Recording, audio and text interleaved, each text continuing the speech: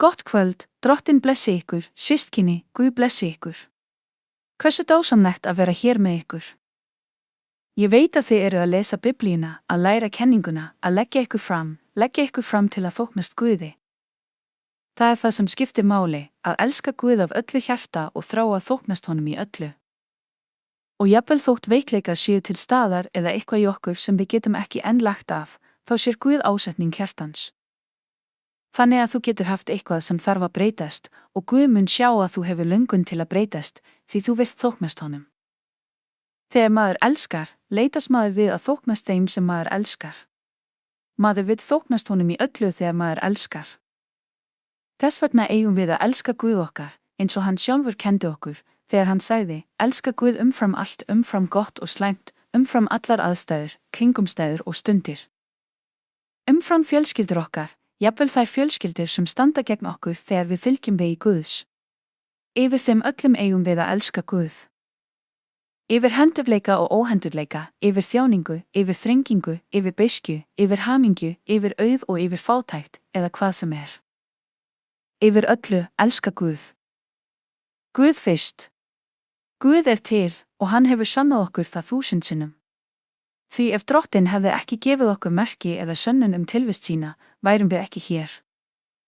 En hann hefur sannfært okkur.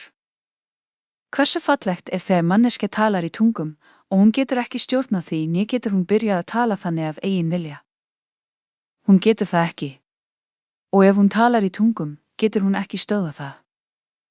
Þá fer manneskjan að spyrja sig, það sem ég er að gera og upplifa núna, er eitthvað yfirnáttúrlegt sem fær mig til að lifa þessa reynslu. Hver lætur mig tala annað tungumál? Hver lætur þetta streyma fram, manneskja getur það ekki. Vísindin getur það ekki. Tæknin getur það ekki. Enginn.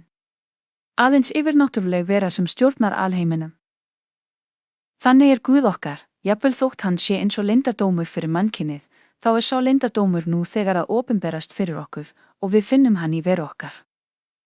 Og þess vegna leggjum við okkur fram að vera hér og safnast saman sem kirkja. Við söfnumst saman því það er augnablikið þegar Guð byrjar að birtast í lífi okkar, í hjarta okkar.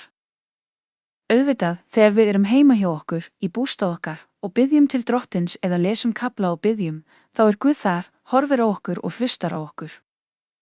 En það fegursta er þegar hann segir, safnist saman, því í samkomunni birtist Drottinn meira.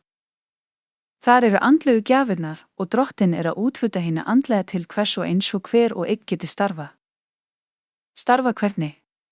Með handeyfirlegningu, með andlegri þjónustu, með frelsun, á einn eða annan hátt. Þannig er Guð þar að verki, í hverju hjarta, í hverju lífi.